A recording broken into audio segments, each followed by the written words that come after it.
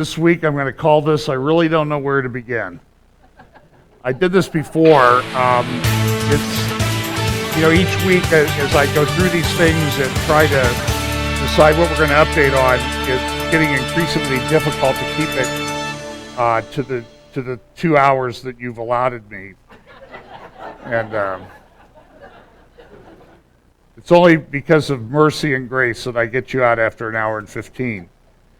But this week is another one of those weeks where just a lot of things happening, where we talk about, these convergence of events, and boy, is it ever true right at the moment with the whole Middle East really in much more turmoil than it was just a week ago.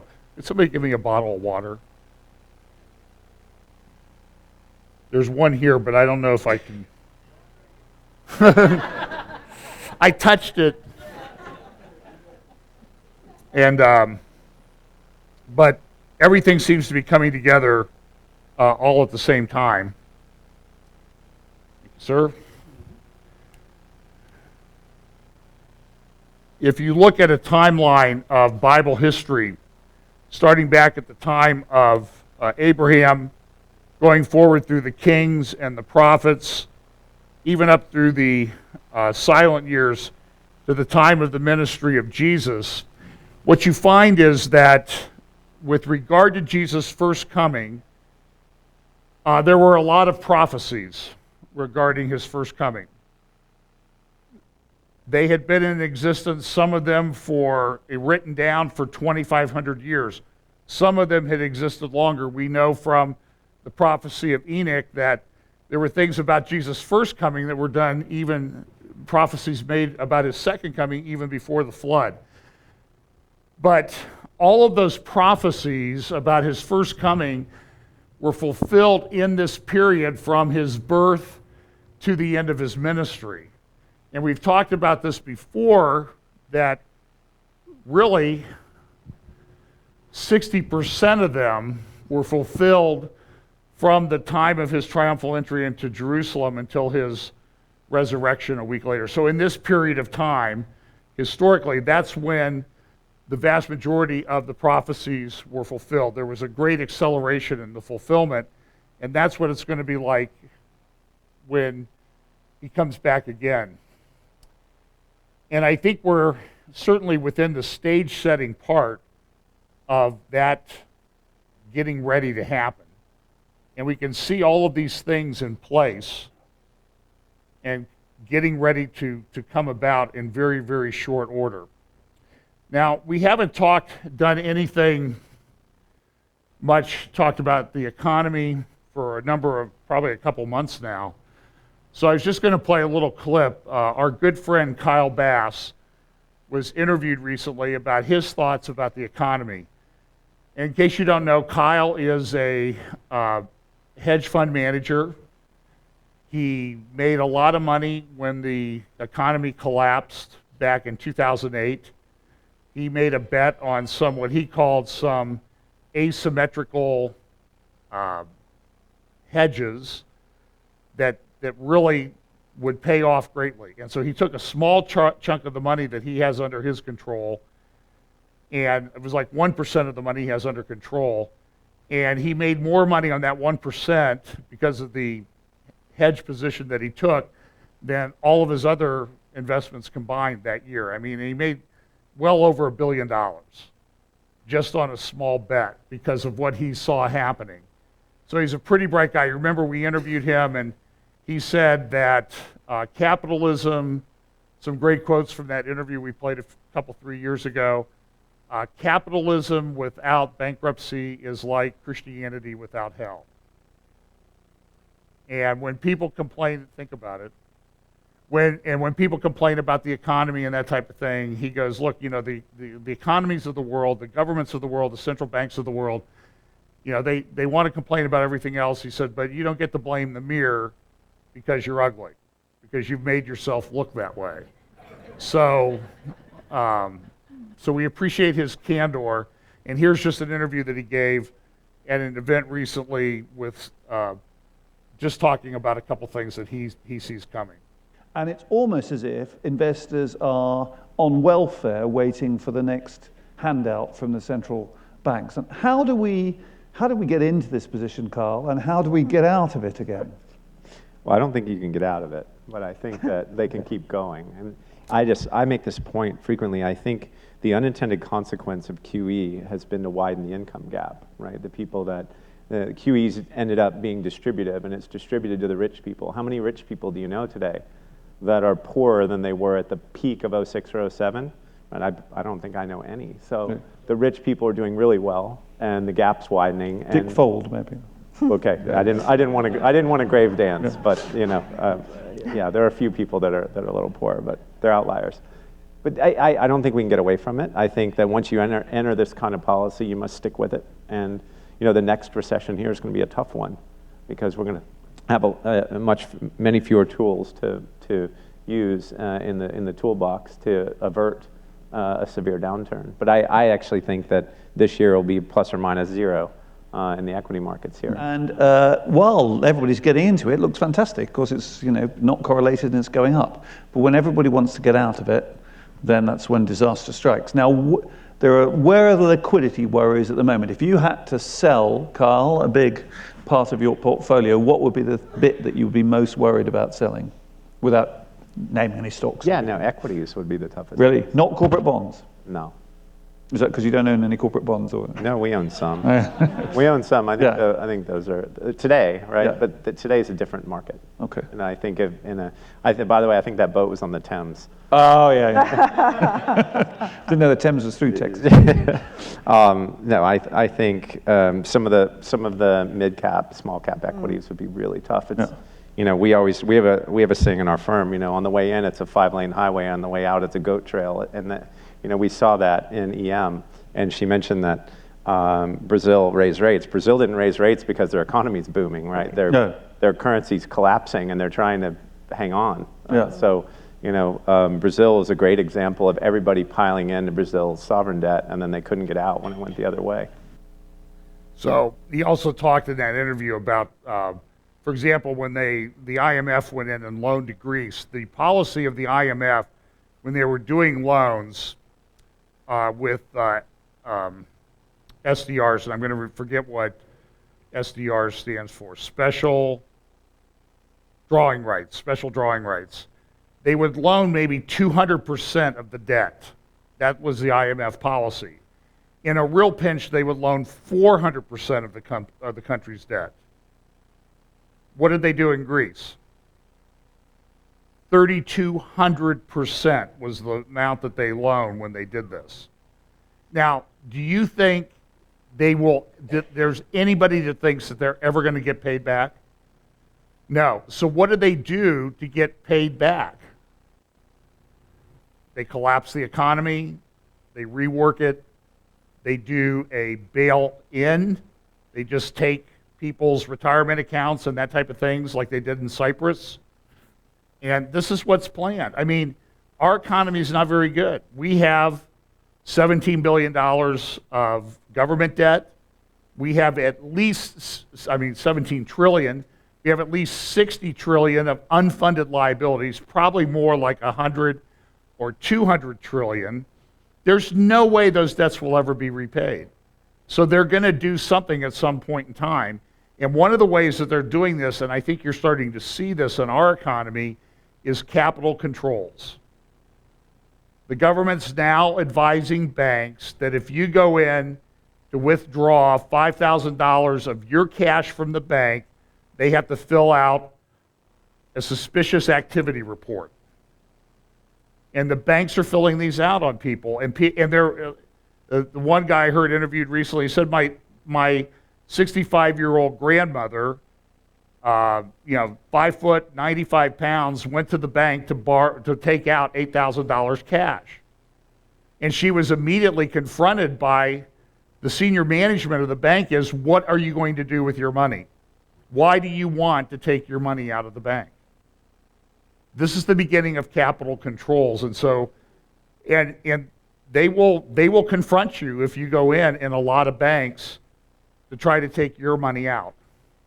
Even though the money says, what? Legal tender, they're trying to put in capital controls. And so you need to be prepared that that's coming. For example, a radio talk show guy that I listened to, he said that his wife took some cash down to Ecuador to work with a ministry that his son is involved in, and came back, and a month later went to deposited the cash that she had left over. They then went to buy a house, and the bank said, we can't count that cash because we can't identify specifically where it came from. We don't know if you earned it, if it's illegal, or that type of thing. He goes, it was my cash when I took it out a month ago. I brought back what was left. We don't know that. So they had to go get a loan to buy a house. I'm just saying is you need to be ready that this stuff is coming. And I think we're in about a 6-month window, just from the things that I'm reading, the people that I'm listening to, that there's something coming this fall. And because the United States is losing its reserve currency domination bit by bit, and exactly what that looks like, I don't know. And it may be that there's nothing you can do to protect it, because I think we know from scripture and prophecy what's coming on a one world government and a big economy and somebody taking control. If it's worldwide, you may not be able to do anything about it. There may not even be any place that you can go to get away from it. But you need to, at least I think, take some steps to try to prepare. Well, our friends in Indiana, Governor Mike Pence signed the Religious Freedom Bill, Restoration Bill, yesterday to allow people to act according to their conscience in certain areas. Here's what he said when he signed the bill. It was, I think, Friday in Indianapolis. Today I signed the Religious Freedom Restoration Act because I support the freedom of religion for every Hoosier of every faith. As we all know, the Constitution of the United States and the Indiana Constitution both provide strong recognition for the freedom of religion, but today many people of faith feel their religious liberty is under attack by government action. One need look no further than the recent litigation concerning Obamacare. A private business and our own University of Notre Dame have had to file federal lawsuits challenging provisions of the Affordable Care Act that require them to offer insurance coverage in violation of their own religious views. But fortunately, back in the 1990s, the Congress passed by overwhelming bipartisan majorities the Religious Freedom Restoration Act, which I added to the Indiana Code today. It was signed by President Clinton.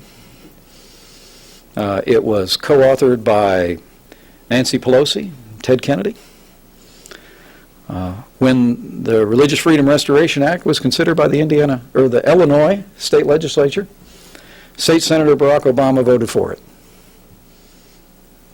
So in order to ensure that religious liberty is fully protected under Indiana law, this year our General Assembly joined some 30 other states and the federal government to enshrine these principles in Indiana law, and I fully support it. Well, there were protests yesterday in Indianapolis. People are threatening to boycott. Businesses are taking business away from Indiana. The city of Seattle said that it has banned all travel by city employees, business travel to in the state of Indiana. The NCAA is headquartered in Indianapolis. The Final Four is there every 4 years at the Lucas Oil Stadium, specially built and designed so it would hold the NCAA Final Four basketball tourney every 4 years. It's there next week. But the NCAA, they issued a statement yesterday, the NCAA National Office, and our members are deeply committed to providing an inclusive environment for all our events. We're especially concerned about how this legislation could affect our student athletes. Yeah, really. The NCAA does such a great job of making sure all student athletes graduate and there's no abuses in any programs, and They're not about the money. They're only about the great little student athlete. You know, that's why football coaches make $7 million a year. So I guess I could check that one off the list. Never sent a resume there. And employees, we will work diligently to ensure student athletes competing in and visitors attending next week's men's Final Four in Indianapolis are not impacted negatively by this bill. Moving forward, we intend to closely examine the implications of this bill and how it might affect future events as well as our workforce. They're going to pull the thing. So petitions were delivered, reject SB 101. It's allowed discrimination against homosexuals mainly. The Christian Church, Disciples of Christ, is pulling their conference. They're headquartered in Indianapolis. I remember when they moved there. The NFL's making statements because, of course, the NFL is the paragon of virtue in everything that they do. All the players are the epitome of morality. The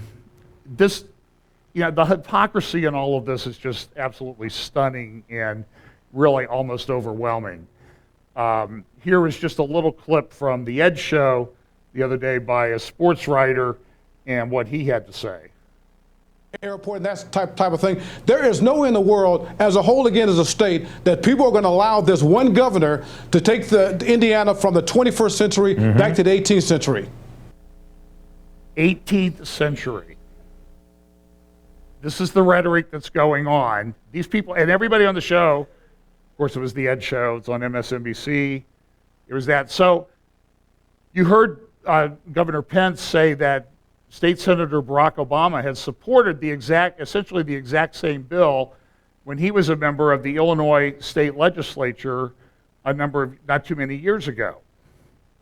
I think it was the one job that he had before, full-time job that he'd had before. Yeah, he's just a part-time constitutional professor, which is obvious, should be obvious by now. So they asked Josh Earnest, what's the White House think of this bill? And here's what Josh Earnest had to say at the White House press briefing on Friday. Josh, what's the president's reaction to the law signed by Governor Mike Pence in Indiana yesterday? I have seen that there are a number of private businesses and nonprofit organizations that have said that the signing of this law prompts them to reconsider doing business in the state of Indiana. Four next week? Yeah, including the NCAA that isn't just hosting the Final Four in Indianapolis, but actually has their headquarters in Indianapolis. All of those businesses and some of those who are considering having conventions in Indiana have raised concerns about whether or not all of their employees can count on being treated fairly in Indiana. And so I think that is a testament to the kind of reaction that I think a lot of people all across the country had, which is that this step certainly doesn't seem like it's the signing of this bill doesn't seem like it's a step in the direction of equality and justice and liberty for all Americans. And again, that's not just the view of the administration. I know that's the view of the Republican mayor of Indianapolis and a whole host of nonprofit and private sector companies who have legitimate concerns about the impact of this legislation.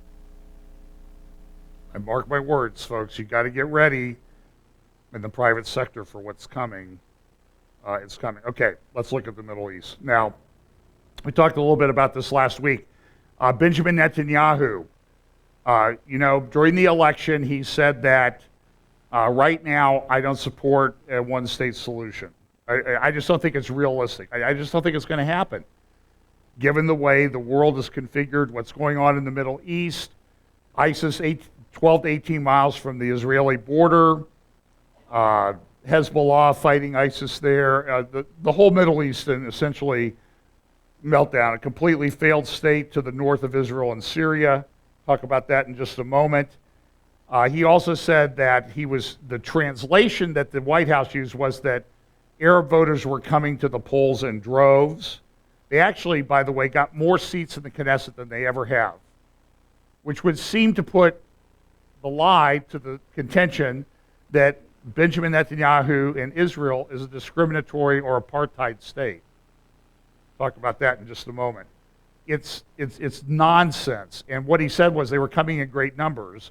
But it's the same thing that the organizer-in-chief did when he was the community organizer back in Chicago, getting people to the polls to support his agenda.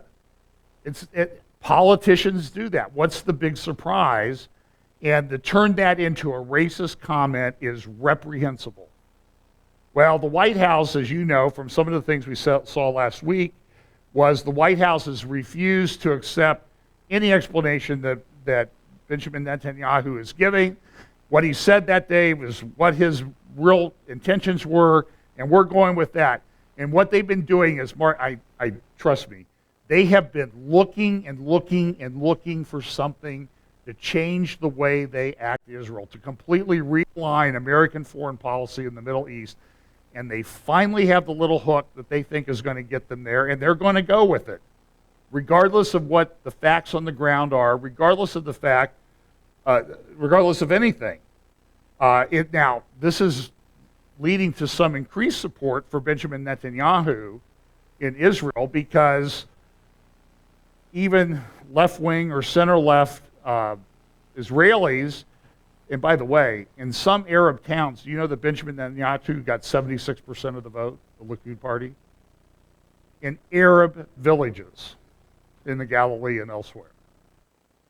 And I heard an Arab guy voting, he says he thinks that about 50% of Arabs in Israel actually voted for Likud. Now, I don't know if that's true or not. We'd have to look at the polling and all that. But Obama says, I've got a real policy different. You saw the interview he gave to the Huffington Post. The Prime Minister's apology has been rejected. There was a recent article by this guy, his name is Miko Peled. You might remember about a year ago, I played a clip of him speaking at a FOSNA conference. F-O-S-N-A, what's FOSNA? Friends of Sabeel North America. And I played, his father was an Israeli general that fought in the Six-Day War. He is brilliantly anti-Israel. And he wrote a blog, or a column this week, and said, time to give Palestinians their country back. More than the threat of war in Iran, Netanyahu's re-election is a call for war on Palestinians everywhere. It is a call for war on human rights and international law. It is a mandate for the Israeli government to murder. Boy, you think Barack Obama hates Netanyahu. It is a mandate for the Israeli government to murder Palestinians. It gives Netanyahu license to continue Israel's 7-decade policy of racism and apartheid towards the people from whom they stole the land. It is a call for people of conscience to impose boycotts and sanctions to divest into isolation of Israel. And the FOSNA conference that he spoke at, if you remember the clips I played, probably in April or May last year in an update, one of the main speakers there was a guy named Brian McLaren, who feels this way about Israel. Now, he'll claim, I'm not anti-Semitic, but great column in the Jerusalem Post on Friday, anti-Zionism is the real apartheid. It says this, a good place to start would be to emphasize that this is Michael Frohn writing in the Jerusalem Post, a good place to start would be to emphasize that the real practitioners of apartheid are those who oppose Zionism and seek to segregate Israel from the international community and treat it differently than other nations. Boy, is he ever right about that. This cannot and must not go unchallenged. Anyone who opposes Zionism or who seeks to treat the Jewish state in a discriminatory fashion needs to be condemned for what he is, a bigot, a racist, and an anti-Semite. I'm only quoting the article. People have every right to criticize Israeli policy, disagree with it, and protest against it. But disenfranchising Israel or subjecting it to trade embargoes or sanctions is nothing more than a form of diplomatic apartheid, and it cannot be allowed to stand. And this is what's happening. So what the left is going to do to Indiana, the left wants to do to Israel. They're going to do the same thing. They're going to turn the state of Indiana into an apartheid, bigoted state that everybody should avoid. Yeah. And they only did what 30 other states have already done or are in the process of doing. Arkansas did it the other day. Did you hear any big stink about Arkansas? No. Like, why? Who's from Arkansas? Clintons. Right.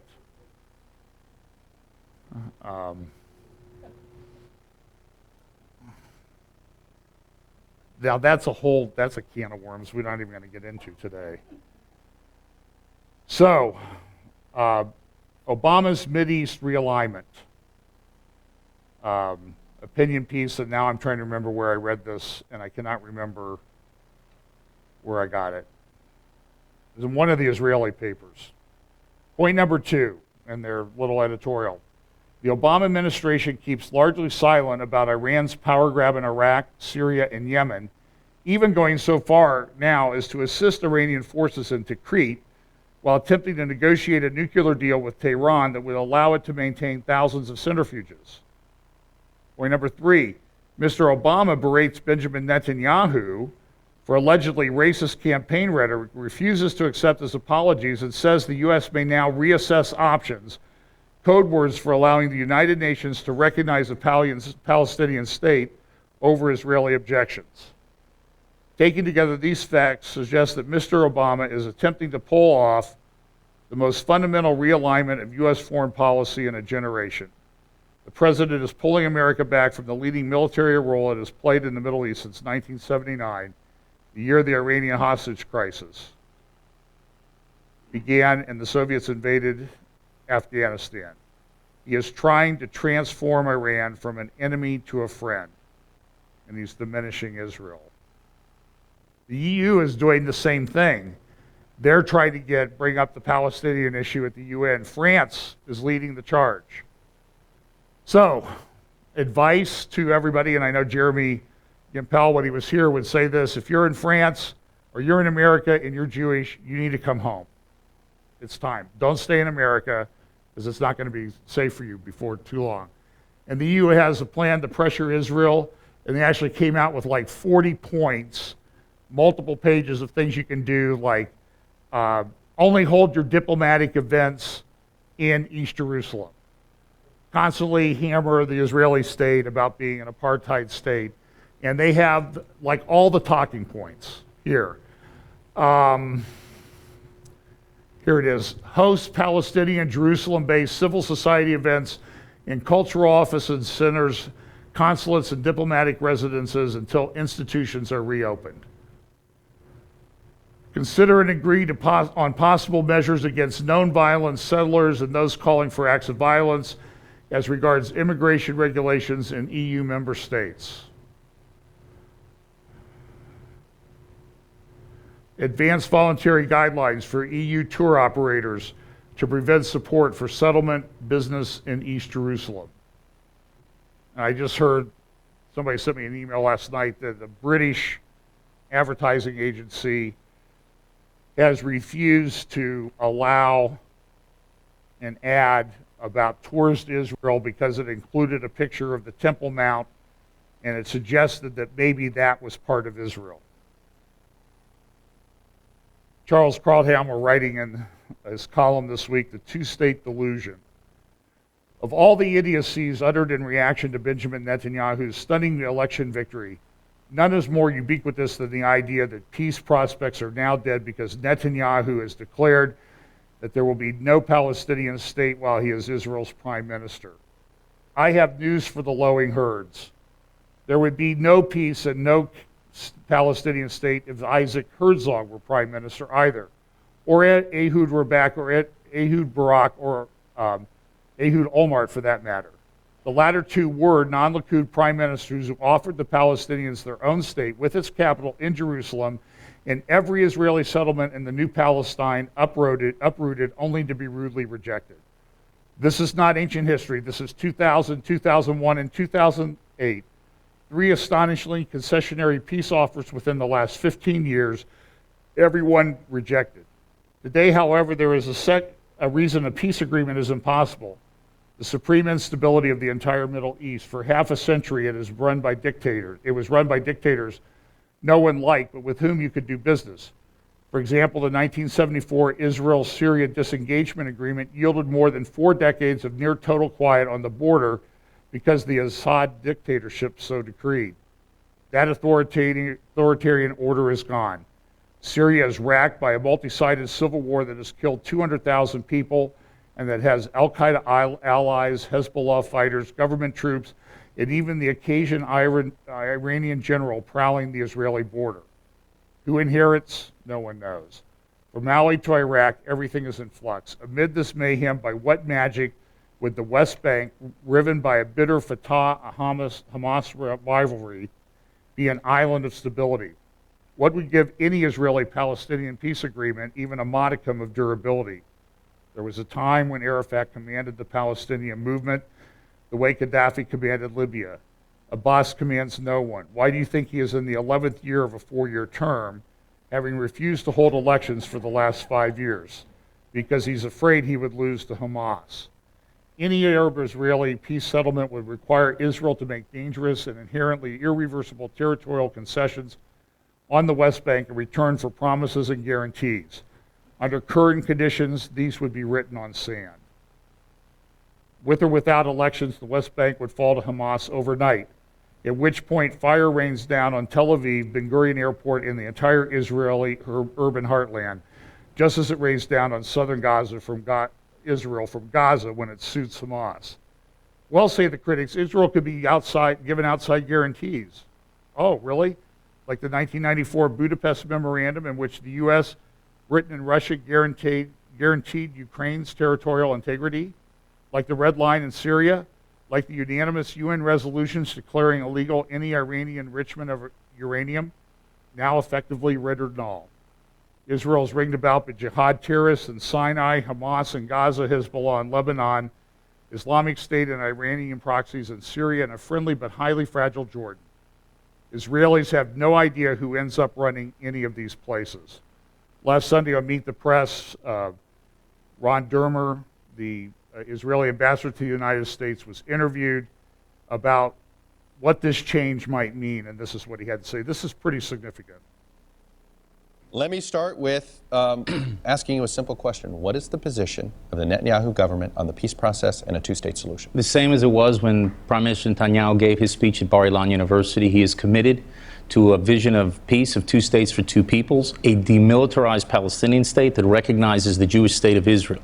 What has changed is the circumstances over the last few years. You just talked about with Andrea what is happening in the region and the collapse of all these states in the Middle East, in Libya, in Yemen, in Syria.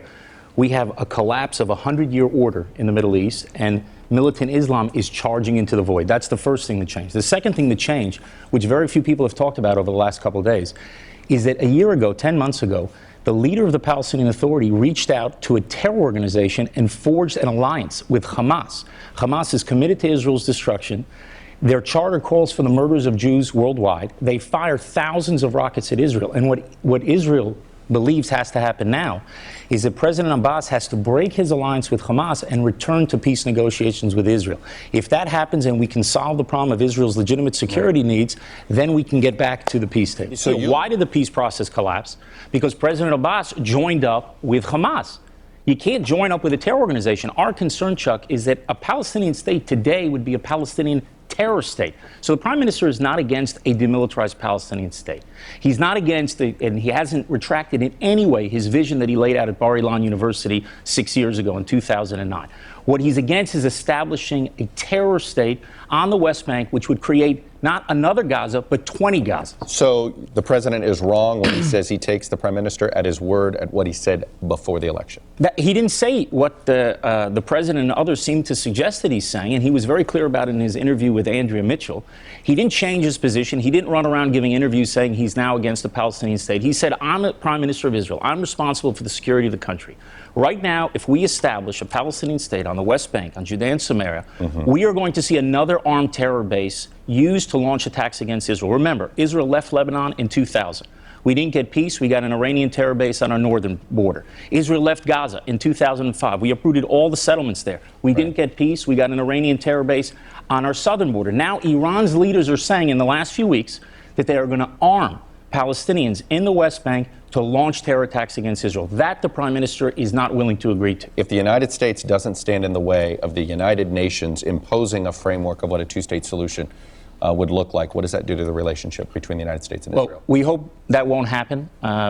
We know that the United States has stood for decades against all these anti-Israel resolutions at the United Nations, and we hope that policy continues. And do you believe an imposed framework of a two-state solution is an anti-Israel resolution? Well, obviously it depends what the resolution is, but we're against imposing any resolution through the United Nations because the policy of the United States has been, for a very long time, that you need a negotiated settlement to this conflict. The only way we're going to reach peace, Chuck, is if we have the parties at the negotiating table. A United Nations resolutions will do the exact opposite.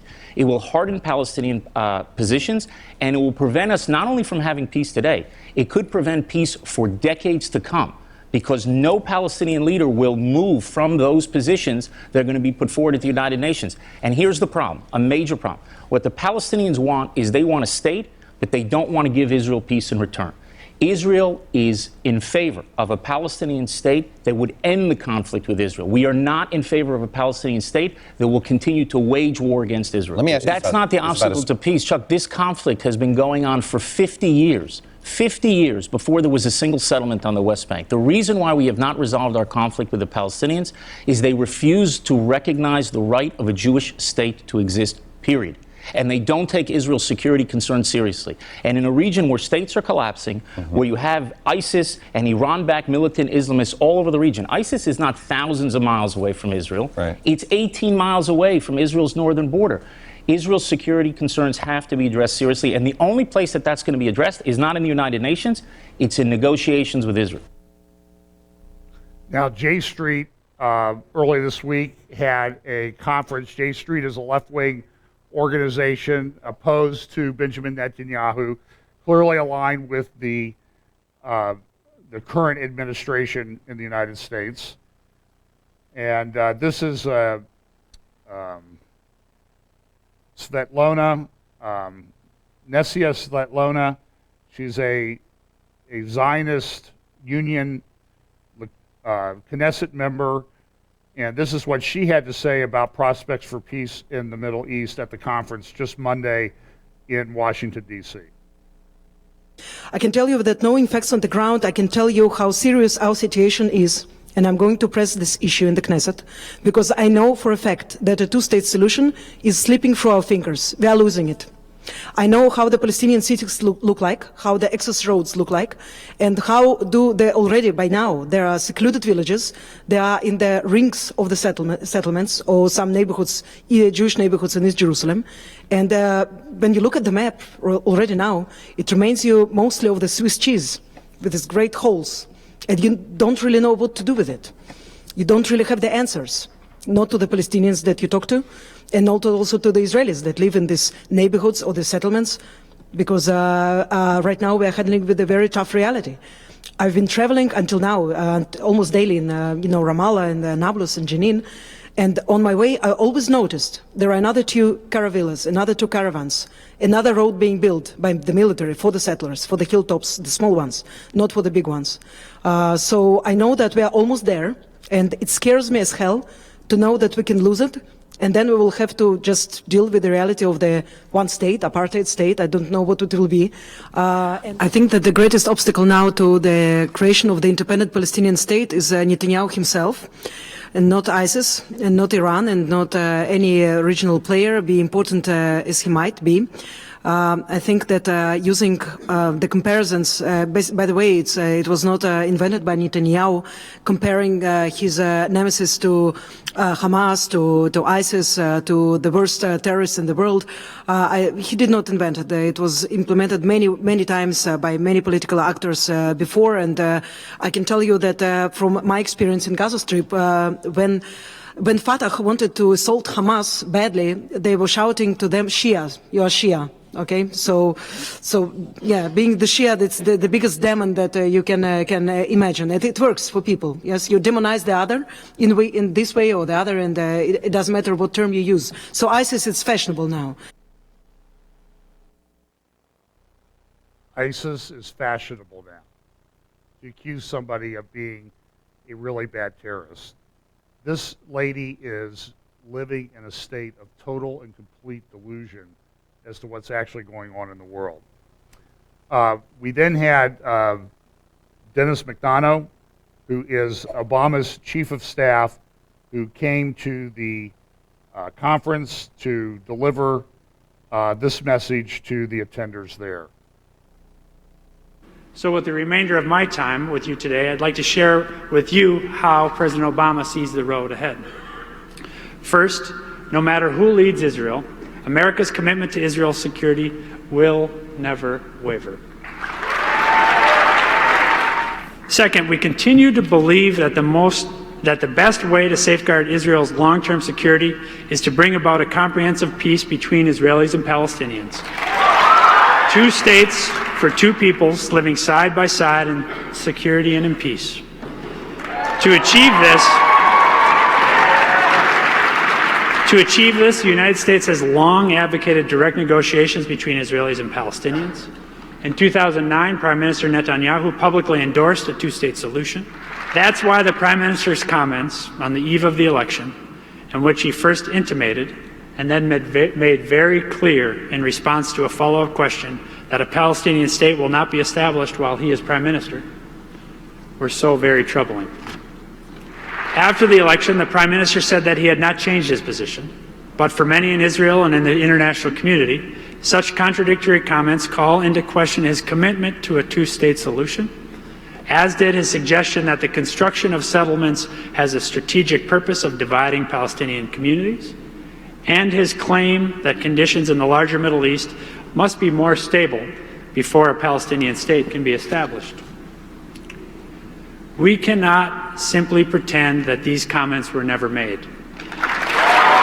In recent days, some have suggested our reaction to this issue is a matter of personal pique. Nothing could be further from the truth. America's commitment to a 2-state solution is fundamental to U.S. foreign policy. It's been the goal of Republican and Democratic presidents, and it remains our goal today, because it is the only way to secure Israel's future as a Jewish and democratic state. That's why the President has said that we need to reevaluate our approach to the peace process and how we pursue the cause of peace, because, like each and every one of you, we care deeply, deeply about Israel and its future. We will look to the next Israeli government to match words with action and policies that demonstrate a genuine commitment to a 2-state solution. And like every administration since President Johnson, we will continue to oppose settlement activity since it undermines the prospects of that peace. I want to be very clear that we share Israel's concern about the security environment in the region, which is why, as part of the last round of talks, the President and Secretary Kerry directed General John Allen to prepare a detailed plan to provide for security in the West Bank over the long term. In the end, we know what a peace agreement should look like. The borders of Israel and an independent Palestine should be based on the 1967 lines with mutually agreed swaps. Each state needs secure and recognized borders, and there must be robust provisions that safeguard Israel's security. An occupation that has lasted for almost 50 years must end, and the Palestinian people must have the right to live in and govern themselves in their own sovereign state.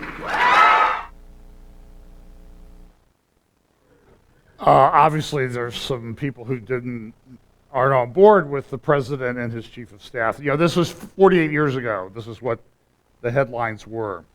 But you need to understand what has happened in the last month that actually happened before Netanyahu came. Now, I know that there are contrary press reports as to what happened and how this came about. It was the release of a Pentagon report from 1987. It was classified. It was a analysis of, it actually, the Sunday Times back in 1986 revealed the secrets of Israel's nuclear arsenal. There are accusations, for example, that Israel has been spying on the Iran talks. In other words, paying attention as to what's going on, because the Obama administration won't tell them, so what do you expect them to do? Okay? Like, they don't do it to everybody one of us. There was this threat assessment that was released recently, by the way. James Clapper, our Director of National Intelligence, authored it, presented it to Congress, and it removed 2 entities from the terror list: Hezbollah and Iran are no longer considered terrorist entities by our administration. And we're supposed to trust these guys to negotiate with Iran? Anyway, in 1987, the Pentagon issued a classified report. It never came to light until just within the last week. Critical Technology Assessment in Israel and NATO nations. Prepared for the Office of Undersecretary of Defense. It was confidential. It was top secret until it was declassified recently. This is one news report. Now, people say Israel was asked to comment on it, and they didn't give a comment, so the administration figured it was okay to release the report. I think that that's highly suspect, given the way these guys operate. In this news report and other recent signs of a fast-degrading relationship, the U.S. allowed the declassification in February of a report mentioning Israel's arsenal of nuclear weapons, which has hitherto been taboo in official U.S. statements and publications. And this became available through a Freedom of Information Act request. That's why it was released by the Pentagon, by the administration in February, but never really came to light until this week. So it was released before Benjamin Netanyahu came here to speak. Do you understand the significance of that? This is a plan to take down the long-existing support of Israel by the United States, by the administration. And I think this has huge prophetic implications. In fact, I'm going to be doing a radio interview tomorrow night. They'll be available later in the week about rising anti-Semitism in the world. This is interesting, though, about the report, because remember, it was Israel and NATO nations, right? So if you go to the index, you'll see here Israel, Italy, blacked out.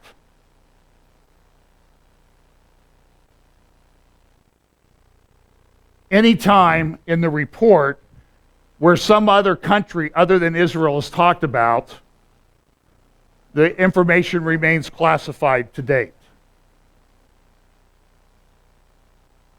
It was done to make things difficult for Israel. It was intentional, malicious, whatever you want to call it. This is what we have in charge of our government right now. I'm concerned about that, because I am a Zionist. I think Israel has a right to the land, the Jews, and I think that's part of Bible prophecy. I know there are people that disagree. Fine, they're wrong, in my opinion. Okay, so that's Israel and the U.S. government. Now, Syria, just talk about this. This is kind of interesting. March 2012, which was about a year into the the Syrian civil war.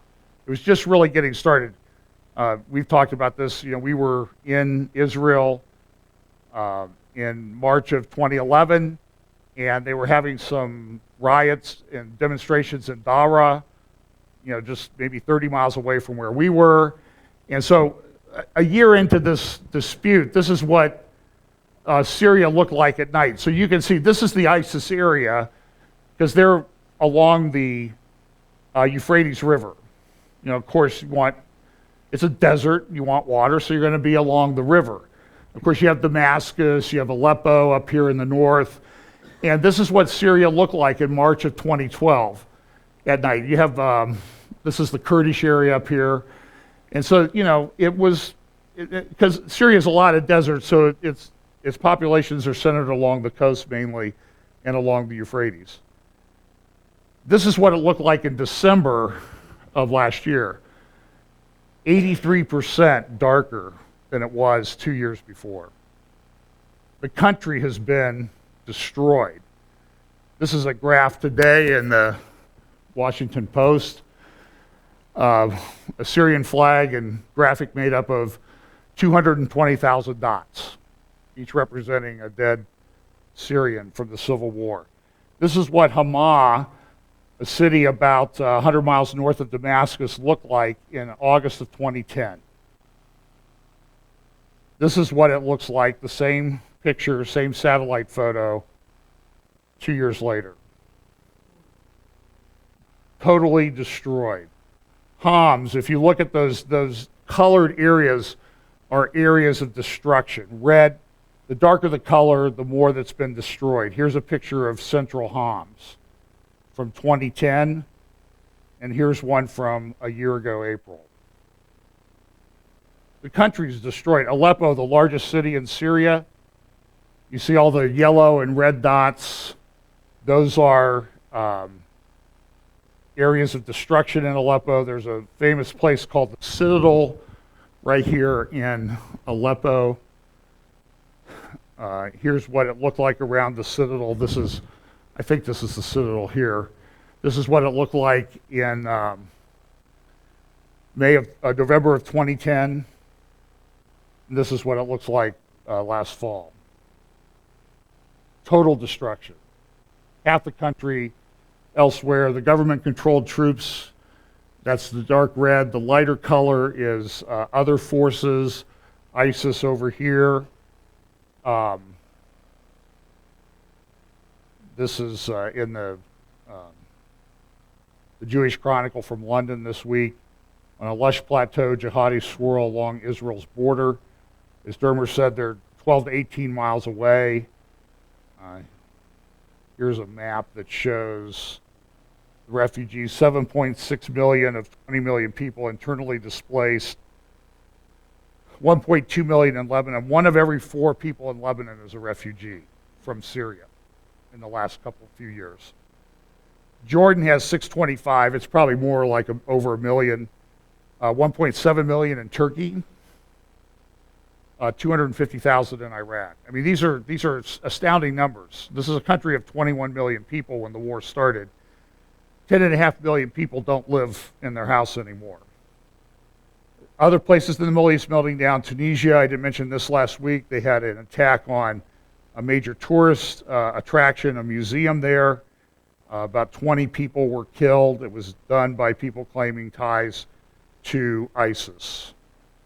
Another interesting thing that's coming along is Erdogan continues to consolidate his power in Turkey. You need to keep an eye on Turkey. It's a significant, very significant country in Bible prophecy. I don't have time to go into all the verses recently, but one of the things that Turkey won't admit is the Armenian genocide that took place back around 1915. Over a million Armenian Christians were slaughtered. We know some, we have friends whose grandparents were slaughtered in that massacre by the what was left then, the collapsing caliphate of the Ottoman Empire. Just slaughtered. I mean, brutally slaughtered, beheaded, crucified, shot. Over a million people, and Turkey denies that it happened. And Erdogan's saying, "Show me the documents." I'll believe it. And then this report in a Turkish paper recently, Turkey is backing ISIS, but this one, the caliph is coming, get ready, tweets AK party, Sirt provincial head. That's the party of Prime Minister Erdogan. So are we going to see a reconstituted caliphate? I think we are in some fashion. I think we see it coming together. I mean, we see with what's going on in Yemen down here, this area is largely unoccupied desert. Interesting history of this. In 1902, Ibn Saud had a son who later became the king about 1954 when Ibn Saud died. Ibn Saud consolidated the tribes here. Remember Lawrence of Arabia, T.E. Lawrence, Britain, he entered into some agreements with the tribes here to kind of make provision for the how they were going to deal with the Arabian Peninsula, and this is before they knew there was a lot of there was oil there. So they divided it up. The Hashemite kingdom controlled this up until about 1920s, controlled Mecca and Medina. The Hashemites, that's King Abdullah of Jordan. It was his family. His grandfather actually was the custodian of the holy place at Mecca. Ibn Saud took it over, consolidated the power, formed Saudi Arabia in 1932. Yemen was a divided country until 1990s. You know, Russia had they had North Yemen and South Yemen, but most of the 24 million people of Yemen live in this area right here. Sana'a is here, Aden is here. This is a critical strait. Egypt's sending warships there as we speak.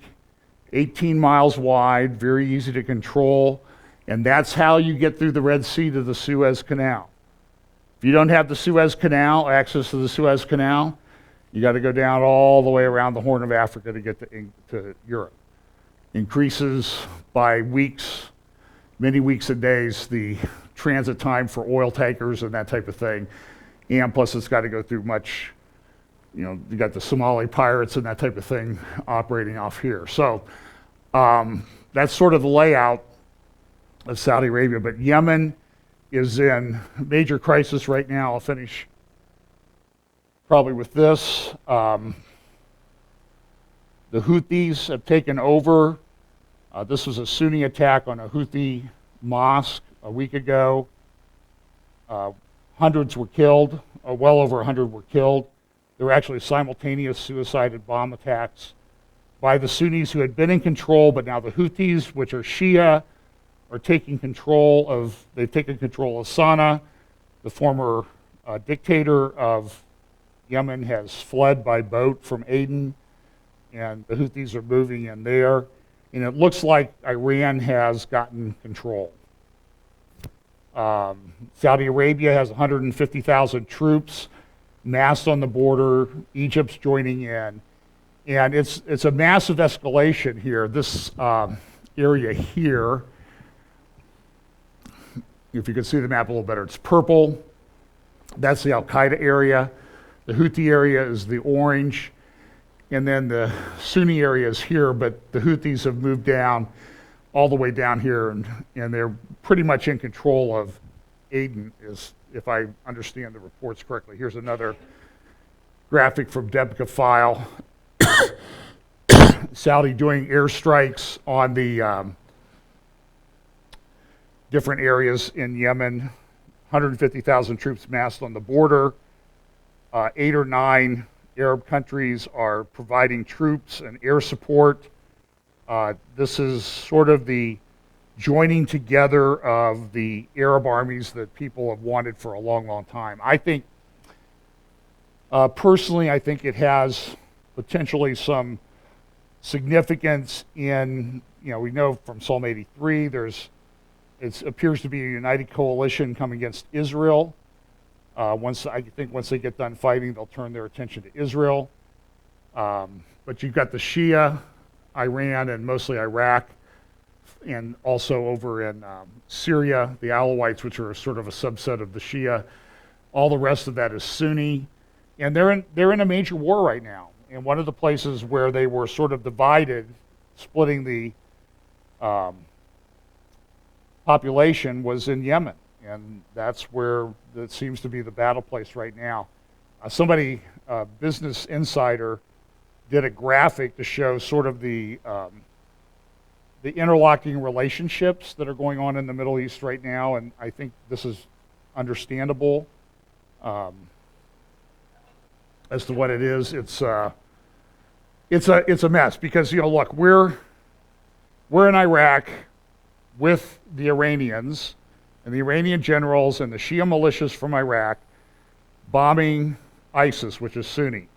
Then you go down to Yemen, which was Sunni, now taken over by Shia Iranian proxies, and we're fighting on behalf of the Sunni against the Iranian-backed thing. So we're with Iran here, we're against them there, Here is, well, here's Ollie North the other day. He was actually at Jack Gibbs Church on Wednesday night, and the next day he was on Greta, so this is what he had to say. Is disintegrating. Iran is there, and now so is Saudi Arabia. The Saudi Arabia is launching airstrikes, the strikes targeting the Shiite rebels in Yemen allied with Iran. Lieutenant Colonel Oliver North joins us. That is incredible. And it's not just Saudi Arabia. It's 8 nations are all lined up doing this. And this is, we're looking at another civil war in Yemen. I mean, 1963 to 1967, while we were engaged with Afghanistan, there was a very bloody civil war. The Egyptians sent troops, lost a lot of troops. You now have Egyptian military personnel getting ready to go in, airstrikes being run literally without us even being consulted.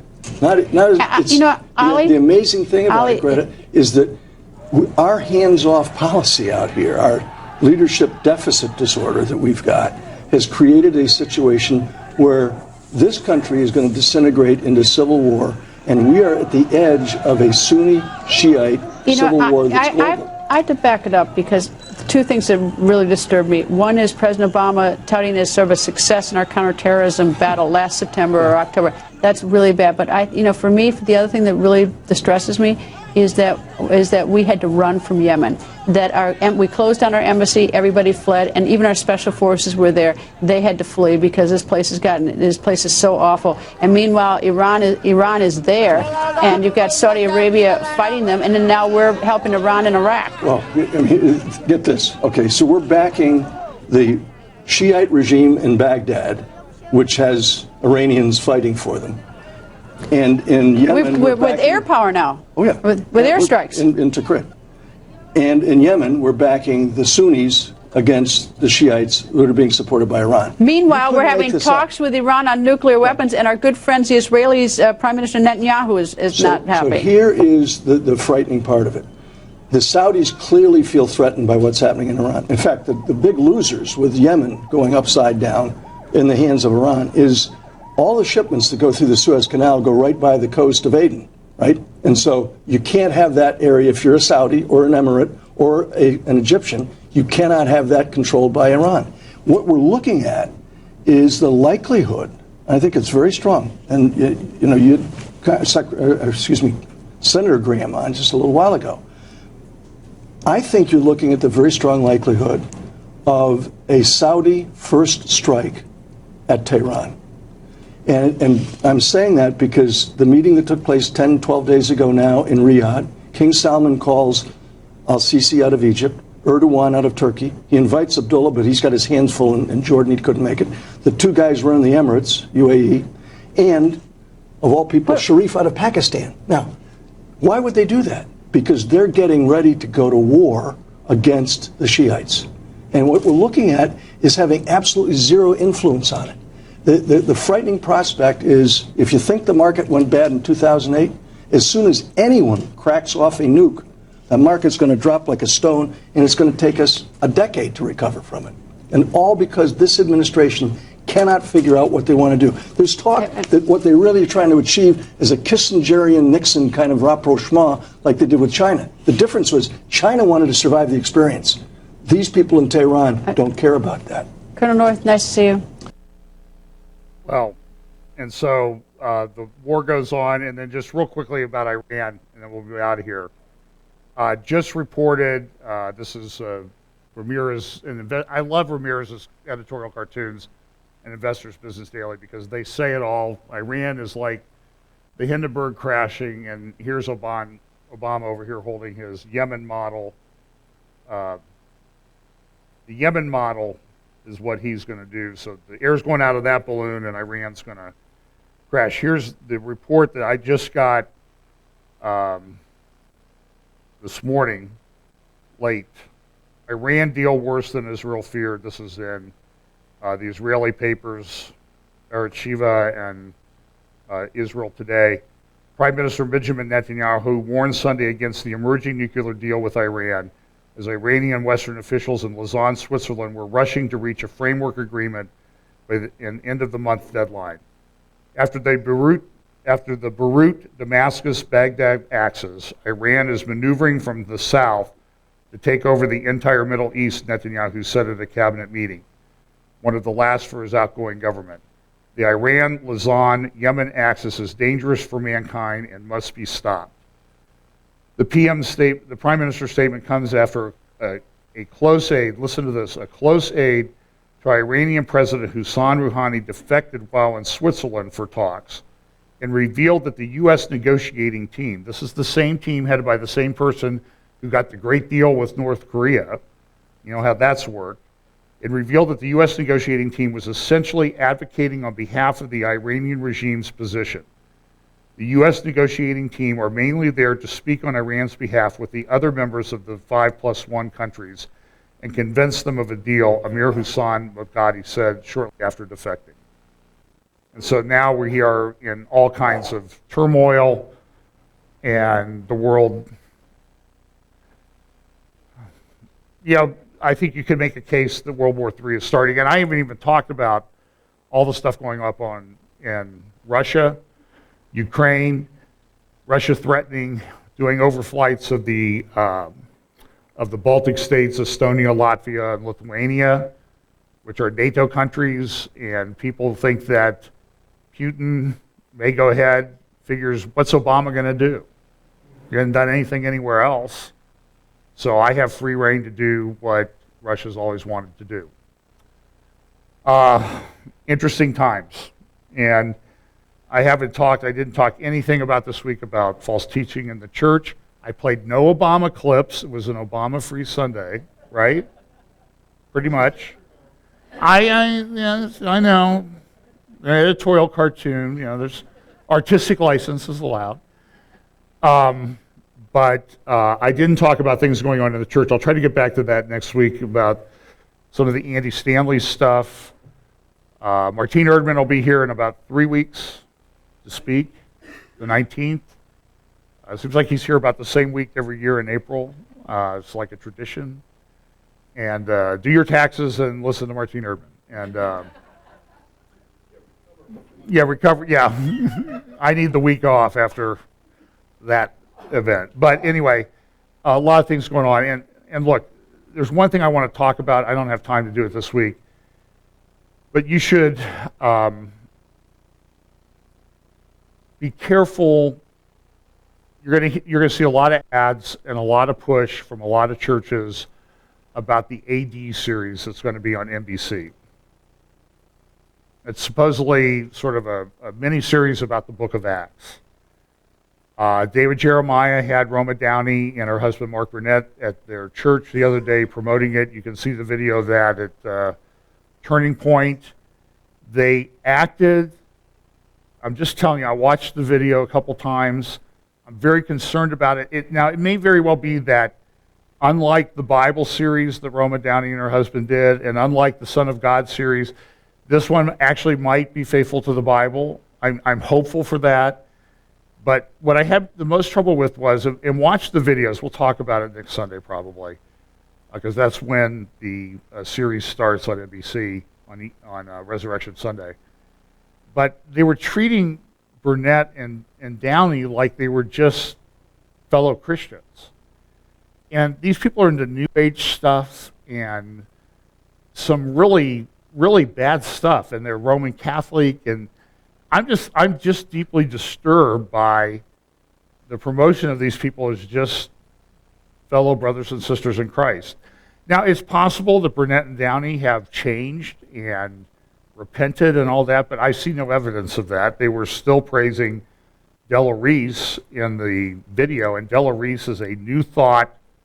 She has a cult in a New Thought church. She's the pastor. And it's not even marginally Christian, okay? It's power of positive confession and that type of thing. But it's not even marginally anything to do with Jesus or anything like that. So in Roma Downey, I love that. We used to pray with Della before we did filming on Touched by an Angel. And Dr. Jeremiah is like, oh yeah, you had that great sort of Christian program, Touched by an Angel. And it's just, I'm really bothered by what I see going on in the church, in the world. And I'm not trying to condemn people or anything like that but folks, if we're at the time that we think we're at, we have to be really, really careful. And we have to be refuting and speaking out against false teachers and bad associations and that type of thing. So take a look at it this week. Maybe we'll talk about it next week, and I hope to get back to that Andy Stanley series too, assuming that, you know, Russia doesn't go to war and all that other stuff. So, but exciting time to be alive. You know, Jesus said, when you see all these things happen, what do? Look up, for your redemption draws nigh. Let's pray. Father, thanks for your word. Thanks for the guidance that you give. Lord, pray that you'll give each of us a full measure of your Spirit to guide each of us in our life and study and how we live and navigate in this world until you return. Keep us always focused on you, our faith in you, our need for the cross and for your death and resurrection to save us, and always give us opportunities to share that truth with others around us as we go about our lives. Bless us as we go this week. In Jesus' name, amen.